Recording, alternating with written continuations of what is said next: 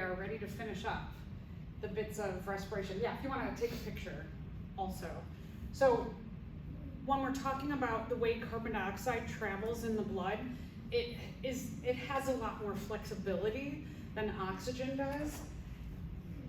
It's a lot more complex also, and we'll talk about reasons for that in a second. But the three ways that carbon dioxide travels in the blood are, I should say, travels from cells to the lungs, is one in the blood, which is actually only about 5 to 7% of it. When it binds to hemoglobin, it forms this carbaminohemoglobin molecule. That's about 10%, but the majority of it travels via the bicarbonate buffering system. And this is important because when carbon dioxide combines with water, which the blood, if you remember about the blood is mostly water. It has plasma that's about 90% water. So when carbon dioxide and water come in contact with one another, what happens is it forms carbonic acid. Now here we have an acid, and then also it can then, from carbonic acid, it can dissociate or break down into or change into bicarbonate and hydrogen ions. So here we have some issues with pH, that if we're talking about taking our pH and we're lowering our pH to an acidic environment, that can change the overall, what we would call the homeostasis of the blood, making it more acidic, which, if we kind of know a little bit about body homeostasis, is that it can be very, we exist in very small ranges of getting into like a danger zone. And when we're looking at pH, just like when we're talking about temperature, right? We know that we have about 10 degrees on either side of our body temperature before we can get into freezing ourselves or cooking ourselves. And so pH works very similarly, and that because the bicarbonate system exists, that when these two get together, ideally you'd want them to stay like this. But that's not what happens with molecules, is molecules react with one another. But what happens with this, what we call buffering, is the idea of buffering is that we want to have a system that allows us to get into these acidic environments, but then move back here. These arrows, when we're looking at this in terms of reactions, is the reaction is not going one way, is the reactions can move between these three systems back and forth. So that we don't exist in this acidic environment and then having a large amount of hydrogen ions also makes the pH more acidic. And so that we can, if we get into here and the pH starts to get too low into a danger zone, it can move back here. And so that's the ability of, that's what we call a buffer or a safety zone, is that we can maintain this bit of a safety zone. So one of the things that also helps us is that when we get into higher altitudes where there's less oxygen, we can get a buildup of carbon dioxide in those lower oxygen environments. And because we can get over here quicker, we can also move back and forth here. So that allows us to travel at higher altitudes without completely killing ourselves or kind of like cooking ourselves in acid. So it's pretty amazing that some of these buffering systems exist. And this gets very complex. I know I'm just kind of like scratching the surface with this, but know that there's a lot of enzymes that act in this, that are kind of monitoring all of this, so that we don't stay here and here. And those enzymes that, that's like a big important part of all this too, that we're not going to get into.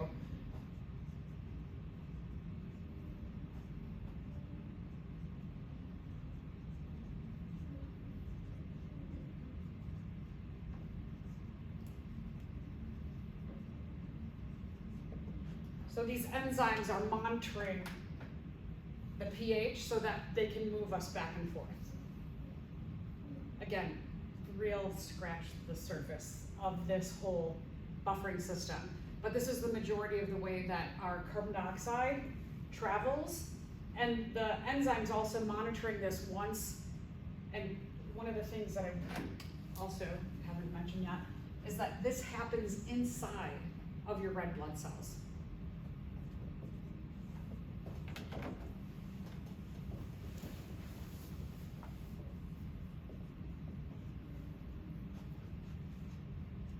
This happens in the plasma. And this happens on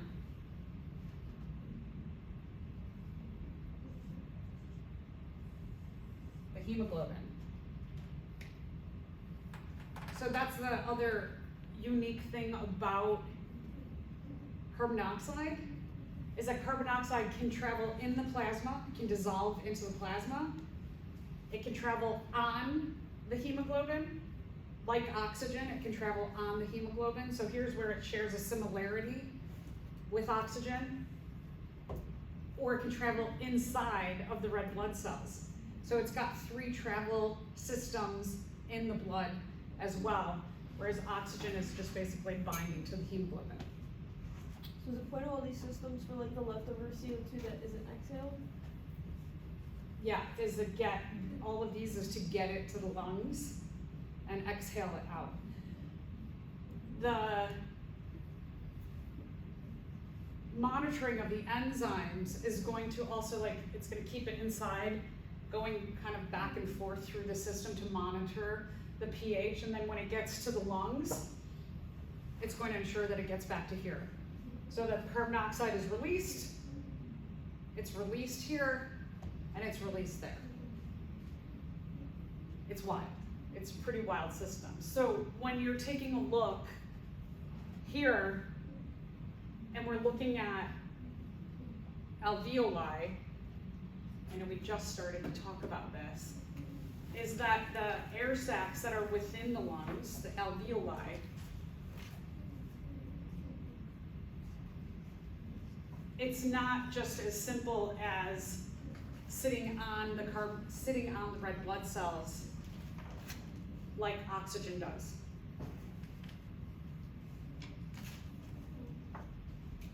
Alveoli, the little air sacs in the lungs, look at how many we have in each lung. Oh, wow. Millions. So the density of the actual lung itself are these little air sacs, and they are microscopic. So they kind of like, we'll take a look at a lung. They look like, the lung looks like a solid structure that has little like dots in it. And those dots would be this opening inside of the alveoli. But the physical part of the lungs are these all packed together. So that's how the blood gets oxygenated when the pulmonary arteries send it to the lungs? Correct, yes. You got it. The pulmonary arteries take the deoxygenated blood out to the lungs and then breaks down smaller and smaller and smaller to capillaries. Capillaries will be covered here. And then it goes the opposite way, that the capillaries, there's capillaries that are going to go from capillaries to arterioles to the pulmonary artery. The pulmonary vein, sorry, excuse me. The going back to the lungs then goes from the capillaries to venules to the pulmonary vein back to the lung, to the heart.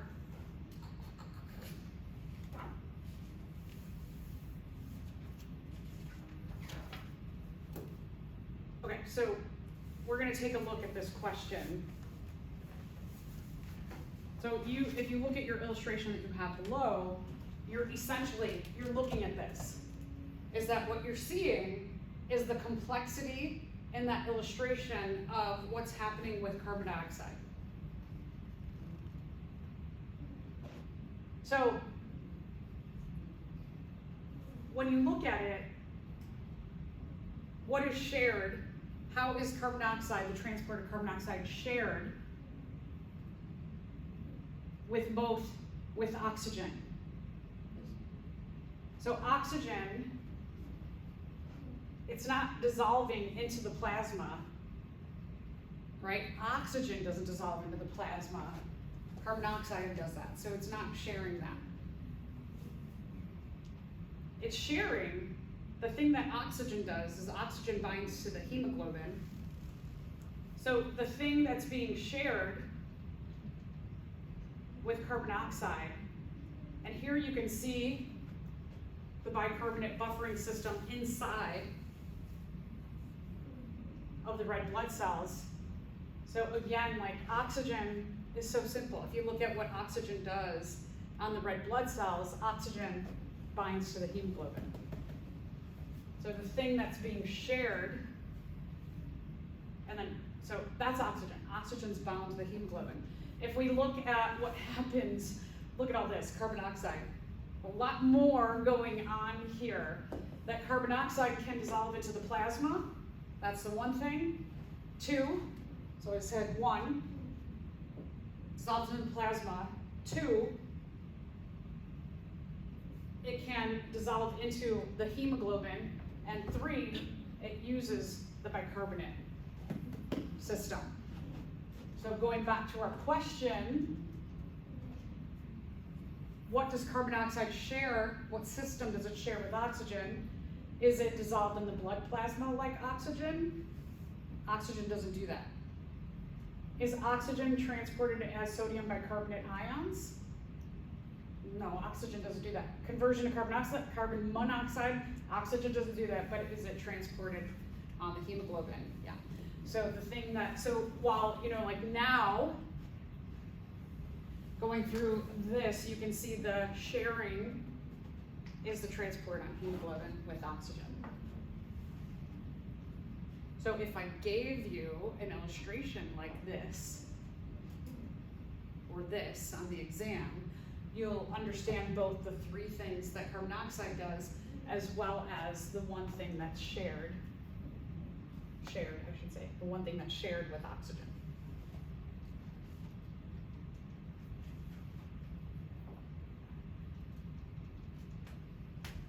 All right, let's talk a little bit about carbon monoxide.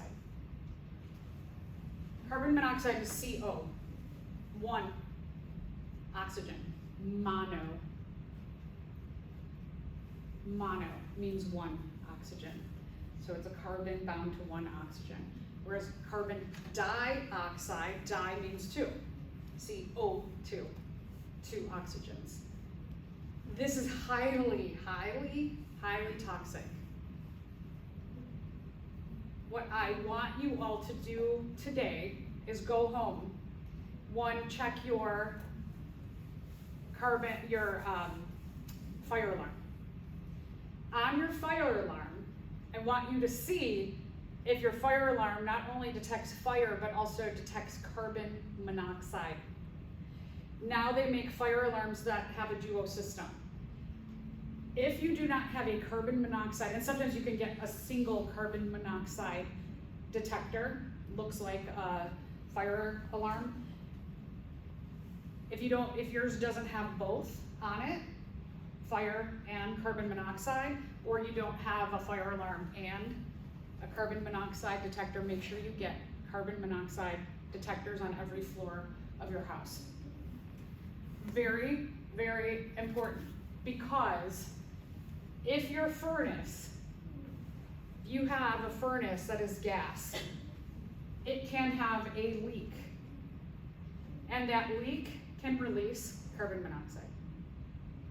So in your house. The other thing is, not good to smoke in your house. 1, because the smoke, we'll get into that, releases all kinds of bad stuff in addition to carbon monoxide. And why they always say, don't grill in your house or in an enclosed space, it means open air to grill. So even if you go to the forest preserve and they have those it's like a house with no walls, you want to grill outside of that If it's raining and you have, and this is charcoal, not gas grill, you don't want to grill underneath that enclosure because that can trap carbon monoxide even. And it depends on like if there's no wind at all, like if it's raining, that can get trapped underneath that structure, and the rain will keep that carbon monoxide from diffusing out of that area. So like, if you have a furnace that has like a leak, like where would the carbon monoxide usually go, even if the furnace didn't have a leak? Like how does it get disposed of? It breaks down. The carbon, the gas breaks down efficiently. Okay. And then also you have like little portal to outside. So, And it's fine to be in the general outside? yeah, because it disperses really quickly. It diffuses quickly into the air. It's such a minor amount that goes outside that because we have so much air and space outside that it's fine. Inside, it can build up and get trapped inside. So we see that carbon dioxide binds to hemoglobin. It travels, when our hemoglobin, when our red blood cells travel through our blood system and to the lungs, it is diffused quickly out into your alveoli and then breathed out. Carbon monoxide adheres 200 times stronger than that. So think about it as your blood flow, that you have a red blood cell that flows throughout your body, and it would have to go 200 times around and around your body before it gets released into your exhale.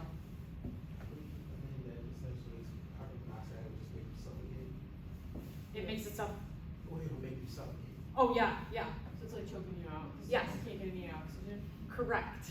And that is the great point, that the adhesion, because it binds to the same site as oxygen, if it's sitting there for, on average, 200 times flowing throughout your body, it's not allowing oxygen to bind. So you can't get oxygen out to your cells, which means that you would like basically internally suffocate. Yeah. So if like, say that you came in contact with like a little bit and then your alarm went off, are you fine even though you got in contact with a little bit, or is there some side effects? So usually what would happen is that your alarm goes off and you want to get outside. Is number one. You want to, so if your carbon monoxide alarm goes off, you want to get outside. You want to call the fire department. They will administer oxygen to you, so that while this is kind of like going round and round and round and eventually making its way out, but it could take quite a while, is that you want to get some oxygen. Yeah, yeah, it's a real serious thing. What if I just spray a whole can of carbon dioxide? Carbon dioxide? Yeah, Doesn't matter, because it's already the carbon monoxide. it's too tight onto it. It's too tight, yeah. Yeah. So that actually could accelerate the issue if you're just like surrounded by carbon dioxide. Oxygen, so if you have like a little oxygen tank and you could put an oxygen tank on you, but how many of us have an oxygen tank at home? No, right? We don't keep that. Like when you're lifeguarding, you certainly have those little oxygen tanks around, the little tiny ones, but even that you might need assistance where you have like an EMT come and administer. Yeah. Wait, so like in a situation like this, I don't know, like when it's like the fire usually goes down because the theater goes up. Right. You wanna go down with them? Yes. So how long does it take for you to like, say your alarm starts going off? I'm not sure how long, but I had one of those leaks at my house. you had one of those leaks. Yeah, one of my siblings bumped into the oven, and so the knob was on. And my mom was pregnant, and she's got like a super sense of smell. At like 2 a.m., she smelled gas in the house. Yeah. She called the fire department. Yeah. And there was carbon monoxide in it. Yes, the stove, if you, and the gas smell, is the thing that you can smell. Carbon monoxide you can't smell. It's odorless, but the gas from your stove leak would be the thing that you could smell. Yeah, so that's where it gets, you gotta make sure those are all off. Hours, several hours, and then it depends on too how long that leak's been around. It can be as little as 0.1% in your house air, so it doesn't take much. Some of the signs that would be like, oh wait, you know, because you can't smell it unless it's like your gas stove, is that your nail beds and your lips turn blue. So like if you're home alone and you're not looking at yourself in the mirror, or you don't notice, or you're sleeping, that could be very dangerous and very hard to detect. So again, make sure you have carbon monoxide on each floor, and you want them closer to where you have gas. So like outside of the little service room, like the little room, closet, where you have your furnace, you want a carbon monoxide detector near all of those. And in your kitchen is another place that would be important. Okay, so how do we actually breathe? Nothing like freaking all out today, right? And go home and be like, what's going on? Oh my gosh.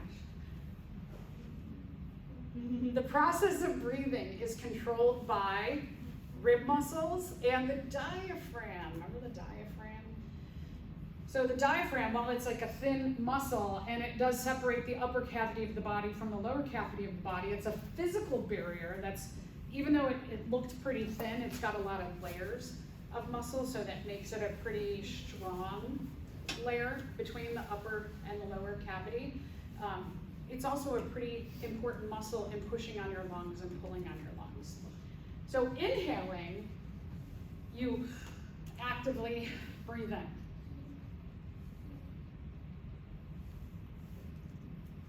Feel, if you put your hands on the sides of your body, so put your hands like here, and actively breathe in. You can physically feel this get bigger, right? Okay, and then when you exhale, those muscles always work by contraction. You're contracting, and then they're relaxing. You can feel it get smaller, right?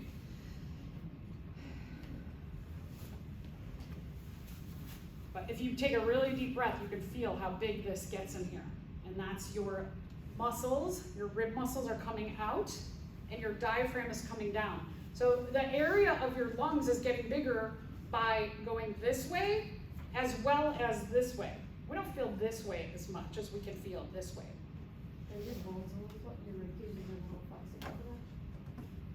Your ribs are not, the rib bones are not, but there's tendons always connected to bones. And then there's a lot of muscle. So you know, like when people eat ribs, you're eating the ribs of cows or pigs. If you have beef ribs, it's cow. If it's pork ribs, it's pigs. So what you're like eating is the muscles between the rib bones. I know when we contextualize what you're eating, oftentimes you're like, that's weird, right? So what you're eating are those muscles. There's a lot of muscle or meat. I had a roommate once who, when I talked about what you're eating on an animal, I was like, you're eating the muscle of the animal. And she's like, no, you're eating the meat. That is. And I was like, when I open my anatomy book, it doesn't say meat. There's the muscles do the function. Oh my god. It's like, think, what else? I'm always gonna remember that now when I label it. I know, so now you're gonna be like, Was she a business major? what? Was she a business major? Yeah. Something a business major would say. A mechanical engineer, so, Oh. you know, just sometimes like we don't contextualize. Yeah. Just like cow milk, right? When we like went through what is cow milk, it was like, On your practical, just write meat. meat, yeah, right. And then I would be like, well, what kind of meat? Just like fish, when people say fish isn't meat, It is. It's It just another literally animal. is. It's just another I you're eating all the disagree meat with that, yeah. of the fish. So eating fish is eating meats. I agree. Weird, okay? So when you exhale, all that gets smaller. So basically what's happening is the ribs are pushing on the lungs when you exhale, and the diaphragm's pushing up. So it's making the lungs get smushed and physically pushing out what's inside your lungs. So it's helping to facilitate getting rid of the carbon dioxide in all these different ways. I think people just have less sympathy for fish. Yeah. Right. It's really sad because fish do have like they do feelings and intelligence and everything. So You talk to them, right? like I feel like the reason that we don't think like in general that people don't think that they do is because they have like a blank state. They don't have like the same facial expressions that we do. That's true. And so people think that, but really they're not. It's just that's not their way of communicating. But if a fish has like a mouth that kind of goes up a little bit, we think it looks more human, right? Anything that has, like beluga whales have a mouth that goes like Yeah. that, so that it always looks like they're smiling. So we might be like, oh, you're so cute. That's why we like animals so much, because when they look like us, Yeah. we think like, oh, they look like us. That's so cute, right? They act like really humans, I'm not gonna use that. Right. And animals detect things, and we'll get into this at the end of the semester, but they detect things that we can't. Yeah. I mean, like we talked about the elasmobranchs, the soft-boned fish that sharks raise and skates, how they can physically feel the ions in our body. Electrical pulses. That sixth sense, yeah, they can. That's wild. Yeah, it's wild, right? Dogs, you know how like dogs and cats sniff each other's butts? Because they can smell individual molecules. And so like in poop, or why animals sometimes eat poop, is they can smell all of the individual things in poop where we smell them all together and it smells disgusting, right? It's like mixed together and we're like, ugh. And But even- they can pick out the individual things in there and be like, oh, smells good, good, good, good, good.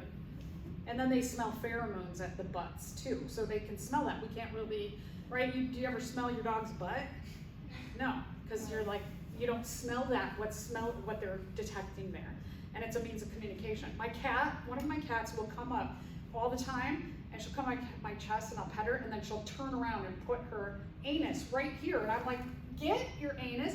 But she thinks she's like, we're communicating. Oh, yeah, we're having a Like, conversation. yeah, right, exactly. I'm trying to tell you something here, and I'm like, I don't want to tell, keep your butt, and when you're telling me over there. I'm not listening. Yeah, And already your breath is bad. And even the way that animals just see things, like birds see like ultraviolet light. Yeah, so right. that's like a whole different thing. Like, and Insects. and insects like they're like bees see like polarized light, and snakes because they've been heat sensing pits on their face, they can detect like infrared rays. Right. So my snake, like you can't just like when I pull the mouse out of the freezer to like defrost it to feed it to the snake, you can't just like. You can't just like warm it up enough where it's not frozen anymore. You have to put it in hot water so it's like hot and like so my snake will actually probably be able to see it and detect it at all. Like Right. I have to make sure it's like hot when I feed it to him. So it mimics like so it mimics like body heat as if the Yeah. mouse was alive. Yeah, good point. Yeah, Yeah. so all of those things are crazy.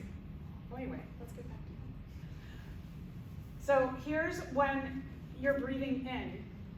Look at the differences between these two pictures here.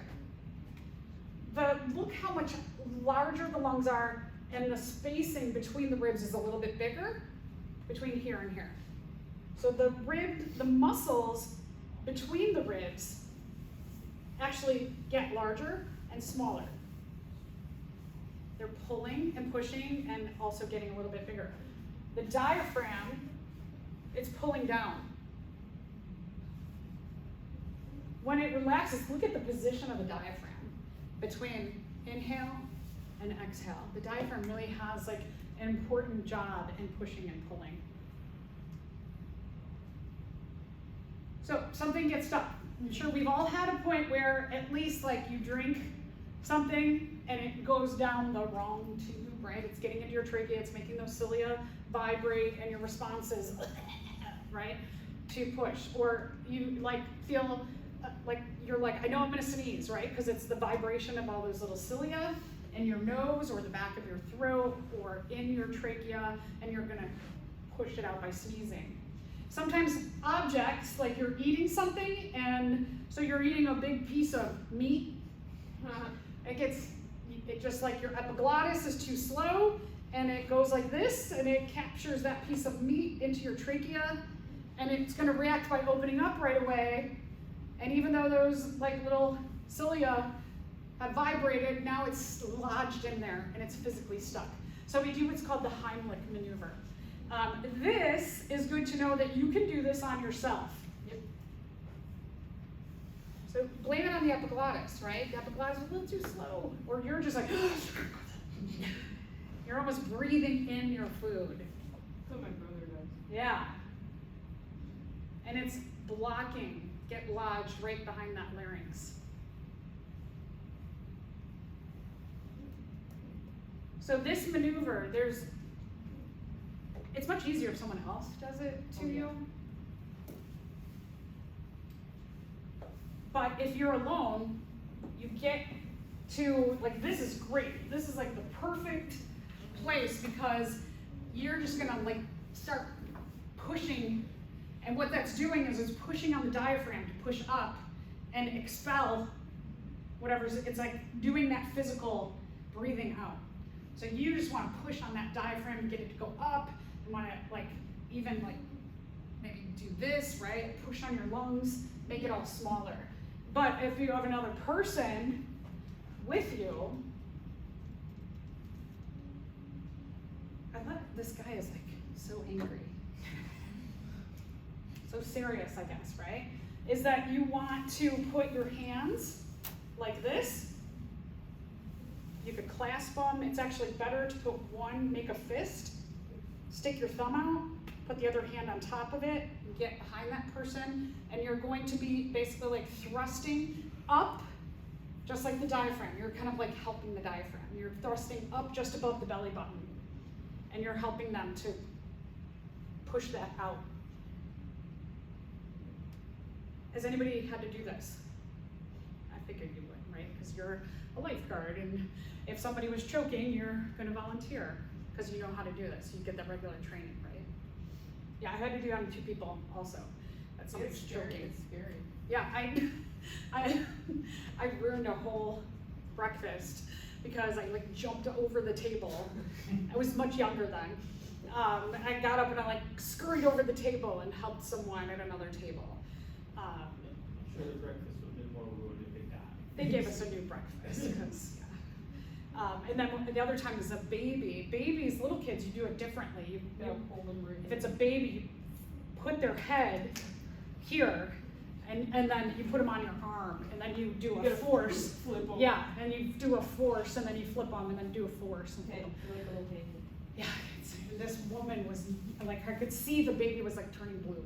I was waiting tables, and so I like, grabbed them out of the little seat, and I flipped them, and the mother was screaming at me, "What are you doing? Get your hands off my child!" And I was just like, and I was like, "Put the baby back."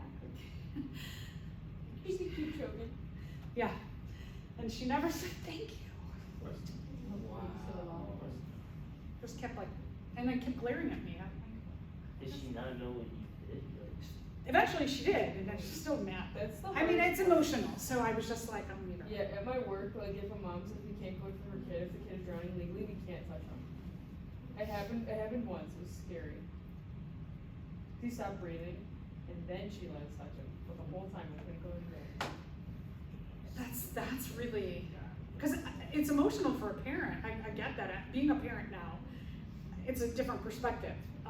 But I get where you might be freaked out. Like, what are these people doing to my child? Like, but yeah, that's, the legal stuff is crazy now, huh? You just want to help and you know what to do. Okay, so let's talk about smoking. I kind of like, we see kind of a thing happening where like older generations are mostly the smokers and it's coming down, but what's going up in younger generations? Vaping. Vaping has a real different, and I think it's a quicker, more dangerous effect that we don't go over in this class, that I wish we would, but I'll talk about it a little bit. 440,000 people, 500,000 people die of smoking-related injuries. Okay, so So look at all the other things. Cancer, of course, we know lung cancer. Emphysema, we'll talk about that in a second. Chronic bronchitis, heart disease, stroke, and other forms of cancer. It also can be infections, like smoking can accelerate infection as well. So you could just have like, especially like pneumonia, for example, as a lung infection. So here's all the things that happen. So many things. Because there are so many different kinds of toxins, once you start burning tobacco that are released, it has effects on every system in your body. So let's start with the little cilia. Those little cilia that vibrate, it paralyzes them. So over time, those toxins, you don't have that same response. So stuff, yeah, I mean, they can come back. They can regenerate healthy, but as long as the person is smoking, cilia can get paralyzed. So things that, like would cause you to sneeze and cough will go into your lungs, which means that virus particles, bacteria, fungi, things that are in the air that normally our body, right, our external barriers are going to expel out, they go into the lungs. Wow. So even like dust can accumulate, stuff just accumulates in the lungs, it drops in. Wow. Yeah. That's why eventually over time, even the particles of the little tiny black particles from smoking, they go into the lungs. So we'll see at the end how lungs turn black from smoking.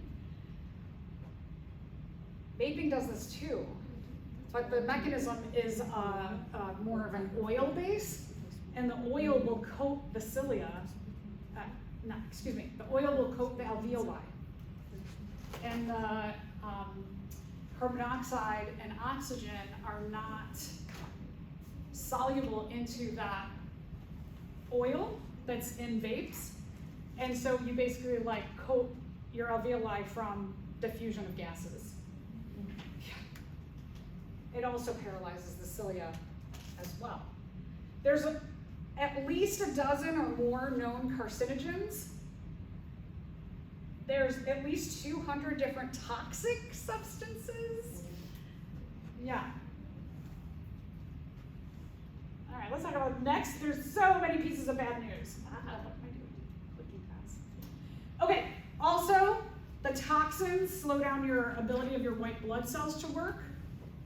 So it makes your immune system work slower. Those things that would fall into your respiratory tract would often get gobbled up. So like if you're in an environment where like, let's say somebody is, has been working on your house and they pulled off like a wall and there's the particles in the air and you can kind of almost like taste them, right? It's like you get into places where like they're doing construction and the roads are taken up and there's little like particles in the air. Your white blood cells, the ones that actually get into your lungs, will gobble those up. Not going to happen if you're a smoker as much. Eventually over time it can be really bad.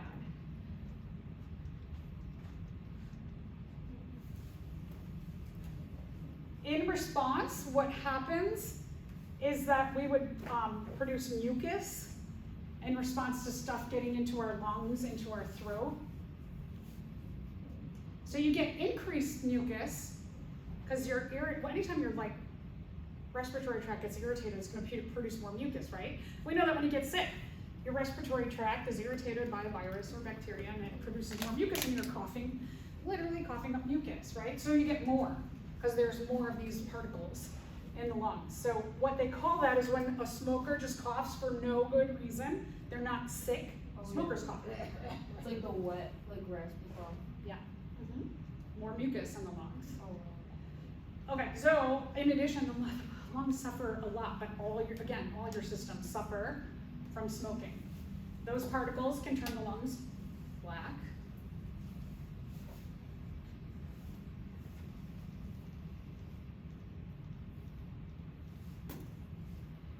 You are more prone to lung infections, right? Because viruses, things that will fall into your lungs that we would normally expel by our external barriers can get in there.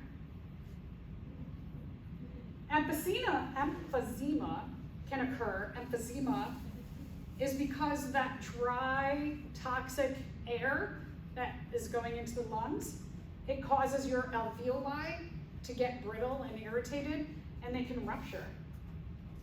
Smokers, if you look at a smoker's lung after they die, they'll have holes in their lungs from ruptured alveoli. They call it Swiss cheese lung. So when they like breathe and stuff, does it hurt at all? Yeah, It can hurt. yeah. Yeah. It's like a permanent cut. Oh yeah, right? Carbon monoxide is one of the toxins that are present in cigarette smoke. Wow. We talked about that already. Get this. Smoking, sorry, you didn't get that one. Smoking accelerates atherosclerosis, the hardening of the arteries, the putting of those confusing animal fats or saturated fats underneath the walls of the arteries. So if you're somebody who's not susceptible to atherosclerosis, you will be susceptible to it if you smoke. I'm sorry, so you said that like it's when the body like stores the fats in the arteries, so is the same, how is it the same thing here? Do they store all the like toxic chemicals in there? It can, I'm not sure the mechanism of what it is. I'm gonna guess that the toxins confuse the body more.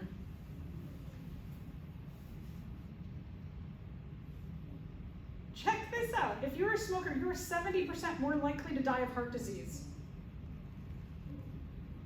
That's huge, right?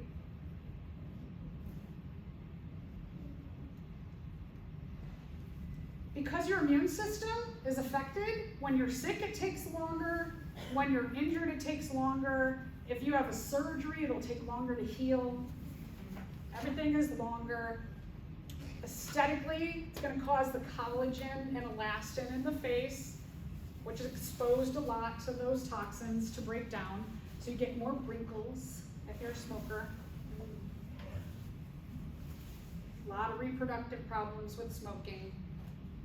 That's why they'll tell smokers, like if they want to have children, like stop now, because it's not helping you. I mean, and all these other reasons, right? So vaping, again, a little bit different mechanism, but a lot of the same stuff, but quicker. Teenagers are dying of heart attacks. I remember when that first started happening. I remember. So if you are somebody who vapes because you're like, oh, it tastes good, I like cotton candy thing, everybody's doing it. Just eat It's a- candy, that's it. Yeah. End of story. Sour Yeah. punch froze. Yeah. If you're having THC in the vape, it's a lot healthier to have an edible. Things to think about. My thing is like, I don't think I could live with that like constant, like I feel like a lot of my friends say it's like almost like an itch, like they feel like they have to, they're waiting. It is addictive. It's these things like smoking and vaping are not only chemically addictive, but it's behaviorally addictive to just do something. That's why the gums, the chewing gum, is a good substitute when you're smoking to try and get off of it, because the behavior of chewing takes the place of the behavior of just doing this. A lot of it's boredom. A lot of kids are doing it in school, right? They take the vape and then they blow it into the, it's like, because you're bored. You know what helps my dad? He didn't quit fully, but Did he go from smoking to vaping, or? yeah, he went from hookah to vaping, but Hookah, oh yeah, hookah, right? Yeah, my grandma did the same hookah's thing. terrible. I always forget to mention that because we have a big Middle Eastern population that hookah is it's an important cultural thing, but it's so bad. It's so bad. Because there's like, smoking has a little filter. The filter is a little bit different on a hookah, but it's a lot more direct. All these little cultural things that are like, yeah. He yeah. started Yeah, I'm sorry, that's a good point. like eating sunflower seeds all day. But it Yeah, was that chewing, that's the another, salted like, ones, though. too many sunflower seeds cause you to gain weight, and also it's a lot of salt. Yeah, he just had too much. Gum, get him the gum. Get him some gum. Gum.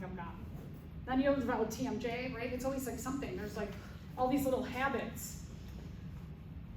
Here's a non-smoker.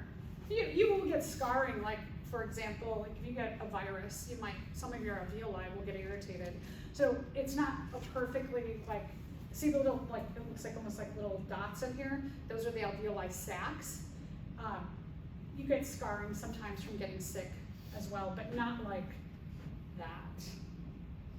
I couldn't live with the impulse or the constantly thought in the back of my mind to like wait to do that, you know? Yeah, we do accumulate a little bit of like, you can see this is the top of the lung, that you get some of that darkness from just environmentally, right? Secondhand smoke, particles in the environment. So we do get some of that in our lungs, but look at this. Look at the size comparison, and then also the heart is bigger.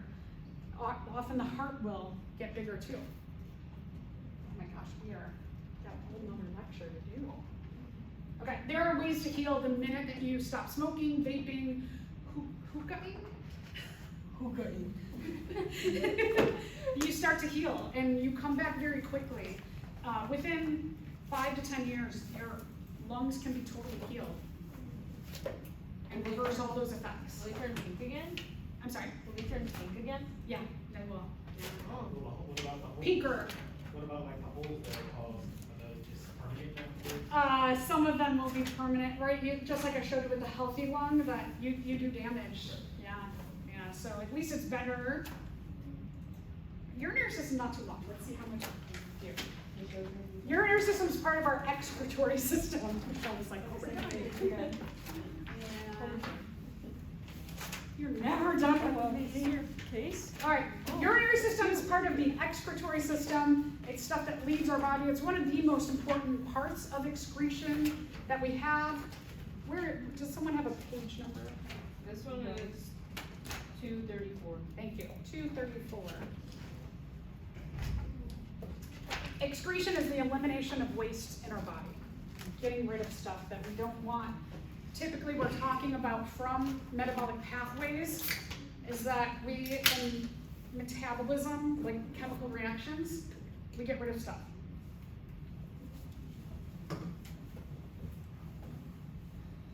This is a part of excretion. You're breathing out, Oh, yeah. right? We're getting rid of carbon dioxide that we don't want in our body anymore. Every system has some kind of excretory process. Okay, so excretion, we're going to talk more about the urinary system because we talked about all these other systems, right? So we get rid of carbon dioxide, undigested materials in the digestive system. We'll talk about the urinary system, but the urinary system gets rid of a lot of different things. All right, so other functions. Excretion gets rid of unneeded water, right? We don't want to blow up into a balloon and explode. It regulates our blood ions, so things like these ions. It regulates our nutrients in our body, gets nutrients, carbons, hydrogen, nitrogen, phosphorus, etc., to all the places in our cells that we need them to get. Maintains our pH, again, right? This whole system here is one of the ways that maintains our blood pH. Hormones are secreted through. If we don't need them anymore, we get rid of them. Let's take a look at a few different organisms. So remember the flatworm that we talked about with respiration? The flatworm, when we look at excretion, it uses what are called protonephridia.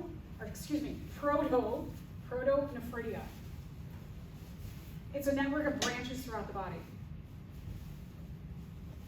So you can see in green all this branching. Again, branching means surface area. There's a lot of excretion that goes on here. They don't have a system like we have. They have a different system. It's throughout their whole body. Our blood is part of our urinary system. The things that happen in our blood are filtered by your kidneys. Kidneys then go from the kidney to the ureter, to the bladder, to the urethra, and out the body. This is just a different system. Inside of the protonephridia, they have these little flame cells, the little blue things here. See little dots all over that are darker? Those are the flame cells, and the cilia move water through the protonephridia. So we have a blood pressure to do that. They use these cilia. And interesting, cilia are found in almost every organism. They're used for a lot of different reasons. They move. I love how cool the flatworms are. They're so primitive. I always remember them as the animal where you can like cut them and they'll regenerate. They're wild. They're Yeah, really you can cool. cut them in half and they You could, regenerate. and then you could like cut one like that, the front half, and you could have like a two-headed flatworm. It's so cool.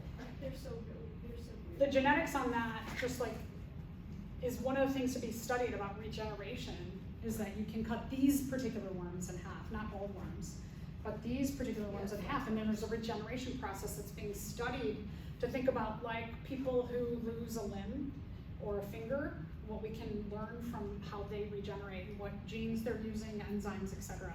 Huge field of research, all kinds of cool I stuff. saw a picture of like their nervous system once. They don't even have like a brain. It's just like it almost looks like it's not even like branched like ours. It's like it looks like bars almost. It's Yeah. like really, it's like so primitive. Yeah. They have pores on their surface of their body where they excrete. So they pee out their entire body. What? Insects. Insects have what are called Malpighian tubules. Insects have a different system. Instead of having like their blood enclosed in vessels, their blood is in like a big sac, a big opening called a hemocoel. Hemo, and then a C-O-E-L is seal, like seal, hemocoel. All of their organs are bathed in pools of blood. Not super efficient in terms of trying to get the things you need and get rid of the things you don't want. The Malpighian tubules extend from the intestines. So their urinary system is an extension of their digestive system. The tubes are all inside of that hemocoel. So they're kind of like each one of these green tubes is doing essentially the job of our kidneys. Because this is a more difficult way to like get what you need, keep what you need in the hemocoel and get all of those like metabolic waste products out. Also to keep water in the body. The urine becomes very thick and concentrated. It's not like ours. Insects also live in drier environments, like they're going down into the ground where it might be dry, or like up in a tree, places where they might, like underneath the bark of a tree, they might not have as much access to water, so water is very important for them to get back, and that's one of the main reasons why their urine gets very concentrated.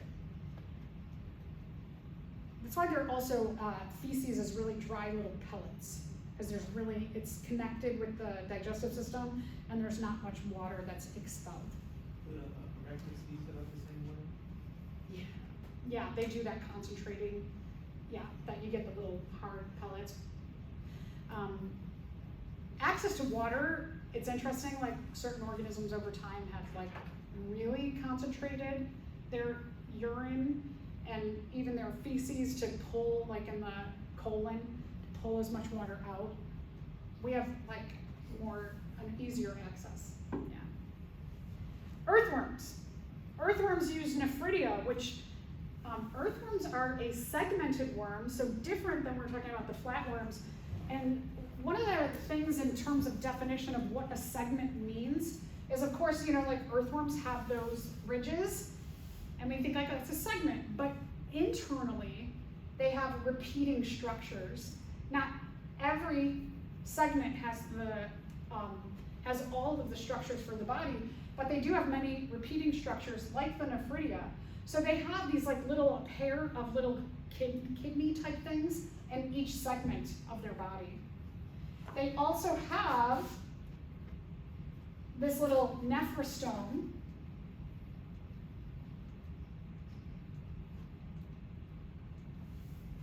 that the nephrostome has little hairs on it, cilia, that the cilia beat into this, we call this a coelom. It's a water cavity. So remember that insects had a hemocoel. They have a coelom. Coelom means water filled. Hemocoel means blood filled. So that's why earthworms are real squishy. That's also why, like, on a rainy day, when the water comes up, they get out of the grass where water might accumulate over time, and you see them on the sidewalks. And then if they don't get back, if they don't wiggle their way back to the grass, they dry out really easily because they're made of a lot of water, so they lose water to the environment easily. They also pee all over their body with these little pores. So yeah, cilia, again.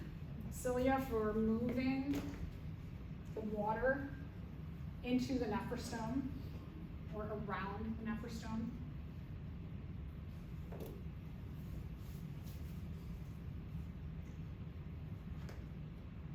And we're going to see that this is going to look very similar to the structures that we have in our kidneys as well.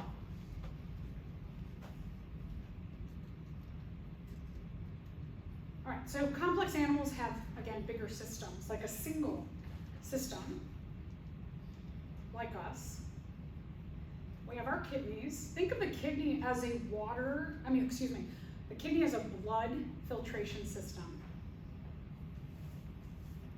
So that's the point of the kidney. It's not just to make urine, but the blood is filtering through, and it's taking, remember when we did the urinalysis, I asked you about all the different parts of the nephrostome, that we're doing all of these things within the kidney. So water's going back into the body. Nutrients, important nutrients. Remember that glucose gets pulled out and immediately gets put back into the blood. Because glucose is, I mean, not now, right? Like, well, maybe with the recession kind of happening, it's harder to get food or it's more expensive. But in general, humans have an easier time getting food. But in the past, when we had food, we wanted to like absorb as much back into our body as possible. So it gets pulled out and then it gets put back in. Proteins, amino acids never come out of the blood. They always stay, they're too big. Fats stay in the blood. Toxic substances come out, cellular waste, too much vitamins, salts that we don't need. Salt is important, but excess salt comes out. Hormones that we've used, and any excess water comes out. All right, so we use also the system to break down proteins, which proteins are broken down into amino acids. They're like smaller groups. One of the things on amino acids is there's this amine group, NH2. When amino acid gets chopped, the bonds get broken, this gets released, NH2, of which things like little hydrogen ions, which are always around from a lot of different processes, is another hydrogen is going to stick onto NH2. So see this bond that's there? Another hydrogen, NH3. What's NH3? Yeah, ammonia. Is ammonia pretty toxic? Yeah, it's not pretty, very toxic. We naturally produce ammonia in our body. We want that changed really quickly. That's what the liver's, well, one of the reasons the liver is so big is that when we break down proteins, it's doing that. Keto diets, where it's high protein, high fat, you're doing a lot more of this. You're taxing the liver, you're taxing the gallbladder if you're having a lot of fat, right? The gallbladder, the liver is going to produce bile to break down the fats.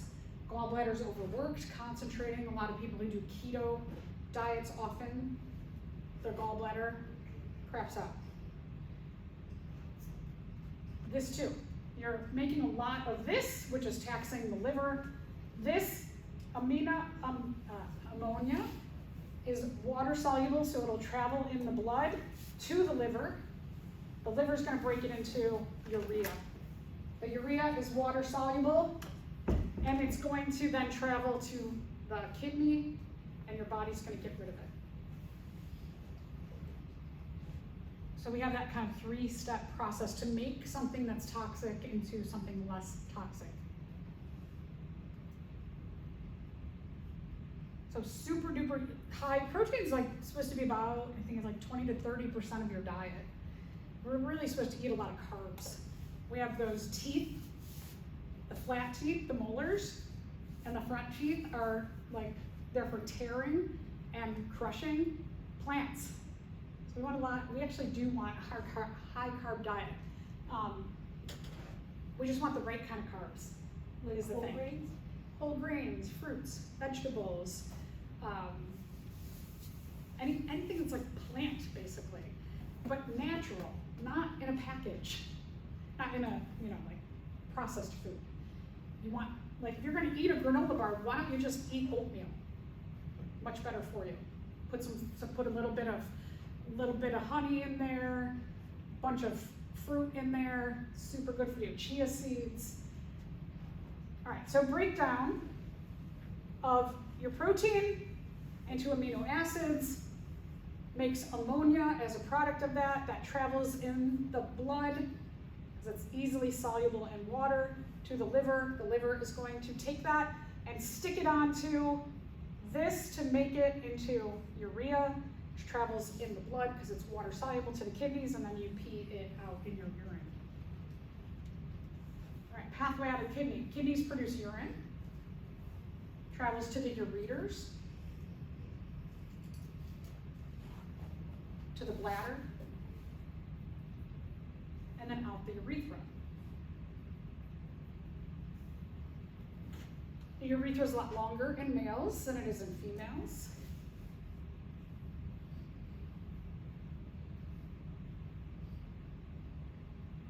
Because the female's urethra is close to 2 other tubes, the vagina and the anus, they're all like boop, boop, boop, right in a line. There's a easier infection process there. All right, urine is formed in the nephrons of the kidneys. So this whole thing kind of looks like the nephridia of the worm. Each one of those, there's millions in each kidney. Millions of little tiny filters. But the tiny filters are big and long and do a lot of different jobs. You do not need to memorize what each of these does, but I may give you that a picture of a nephron and ask you questions about what does what, but all you have to do is interpret what's happening on that illustration. Or, so like this, for example, I might give you this and say, when does glucose come back into the blood? And it's just like all on there. So, so like here, right, nutrients would include glucose is in step 2, tubular reabsorption. So like I said, will likely give you this, and you just need to like read what happens. It'll be on the page. Urine gets concentrated. If we're dehydrated, your kidneys detect that you need to put more water back into the body rather than into the urine. This is what we call the concentration of urine when you're dehydrated. The part that detects that is the loop of Henle. It's only found in birds and mammals. The longer the loop, the more likely you are in an environment that you could get dehydrated in. So like desert animals, they'll have a longer loop of Henle than us. More water essentially can get reabsorbed. The loop of Henle, that big loop, it's pulling a lot of water back into the body. It's going to do even more. This is another one. If I give you this illustration and I ask you, which number do drugs get put into the urine, you would say 2 and 6. So you're just looking and interpreting. Doesn't mean I wouldn't leave this and be like, that's fine, I don't need to look at it. Make sure you look at this and the picture of the nephron, and you kind of just go over all the parts of it. All right, so when a person takes a drug that will eventually be eliminated from the body, one of the primary mechanisms for this removal is tubular secretion. Which of the following would produce the greatest reduction in the ability of our kidneys to remove drugs?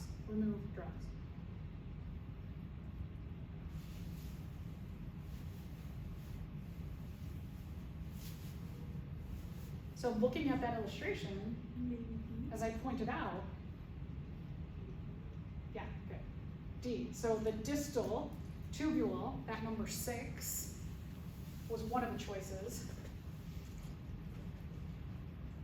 Damage of that will make drugs stay in your body. Nuts, okay. So diuretics can make you pee more. Coffee, energy drinks, tea with caffeine. You can even take water pills, which you don't need to do that. Your kidneys do that for you. You don't need to do this. ADHD is called the anti-diuretic hormone.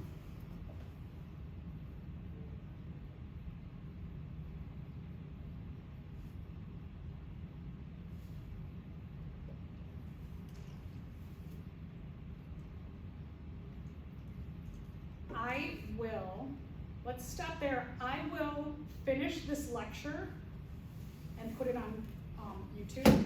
I'll connect it with, I'll make its own little thing. So go, because we gotta get out of here. And I don't want you all to have to wait and, oh yeah, we have enough. We have like probably another 10 minutes. So I will do it in the lab room before I leave today, and then I'll put it on YouTube. So go and finish up, okay?